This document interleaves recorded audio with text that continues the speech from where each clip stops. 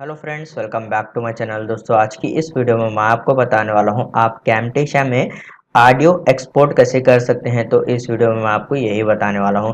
अगर आपके पास वीडियो में से आपको सिर्फ ऑडियो को एक्सपोर्ट करना है तो आप जो है उसको कैसे एक्सपोर्ट कर सकते हैं, तो इस वीडियो में मैं आपको यही बताने वाला हूँ। तो वीडियो को एंड तक देखते रहिए।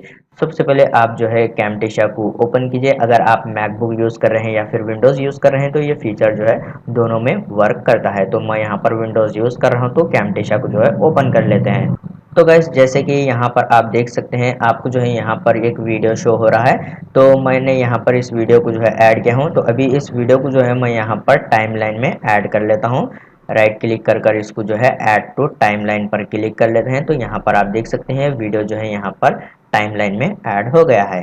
तो अब जो है मैं यहाँ पर इस वीडियो को जो है टाइमलाइन में से सेलेक्ट कर कर राइट क्लिक कर लेता हूँ। उसके बाद यहाँ पर सेपरेट ऑडियो एंड वीडियो पर क्लिक कर लेते हैं। उसके बाद आप जो है यहाँ पर देख सकते हैं आपको यहाँ पर ऑडियो शो हो रहा है।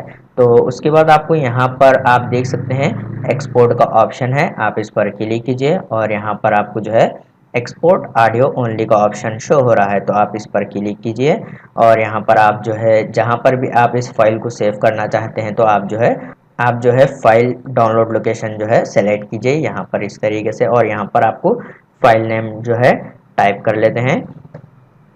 इस तरीके से मैं यहाँ पर फाइल नेम जो है टाइप कर लेता हूँ और यहाँ पर सेव एज टाइप जो है आपको तीन ऑप्शन जो है मिल जाते हैं, web files, MP3 files, M4A files.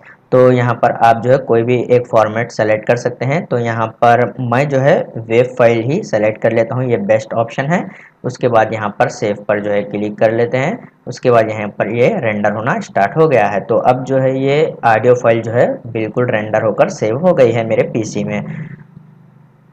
तो अभी जो है आपको वो फाइल ओपन कर कर दिखाता हूँ। तो यहाँ पर जो है इसको ओपन कर लेते हैं और डॉक्यूमेंट में आते हैं। तो यहाँ पर आप देख सकते हैं कैमटेशिया के फोल्डर में यहाँ पर ये ऑडियो फाइल जो है सेव हो गई है।